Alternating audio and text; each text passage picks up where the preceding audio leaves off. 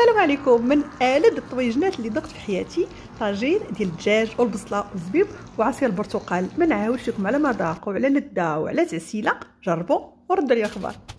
بسم الله على بركه الله. تتبيله: عندي نص ملعقه صغيره ديال الزنجبيل او سكنجبير، نص ملعقه صغيره ديال الكركم او الخرقوم بلدي، نص ملعقه صغيره ديال القرفه، راس ملعقه صغيره ديال الابزار او فلفل اسود، ملعقه صغيره ديال توابل الدجاج متوفره عند العطار، شويه ديال الملحه، الزعفران الطبيعي الا كان متوفر، واحد ملعقه صغيره ديال السمن هذا غير مملح، تقدروا نستبدلوه بملعقه صغيره ديال الزبده، وكنضيفوا كاس ديال عصير البرتقال. الا ما كانش متوفر نديروا نصف كاس ديال الماء فقط. عندي طريفات ديال الدجاج اللي مغسولين بالملحه والحامض مشلين ومسقطرين، وعندي 3 ديال البصلات كبار اللي قطعتهم على هذا الشكل. التتبيله اللي حضرنا مع بعضياتنا، النص كنديرها في الدجاج والنص التتبيله، وكنمزج ديك التتبيله مع الدجاج مع البصله. خديت الطاجين اللي درت واحد الكميه ديال البصله هي الاولى، من بعد درت طريفات ديال الدجاج وكندير الكميه المتبقيه ديال البصله.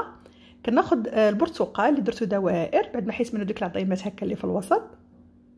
هاد الكميه ديال الزبيب اللي غير غسلتها وكنحطها هكا في الوسط، وكندير واحد شويه ديال العسل هكا من الفوق ورشه ديال القرفه. ضروري من الحديده تحت من الطاجين لان هي اللي كتوزع الحراره، والطاجين طيبوا على نار هادئه راه كيجي بنين. غير جربوا وردوا لي اخبار. الى عجبكم فيديو ما تنساونيش من لايك. السلام عليكم ورحمه الله.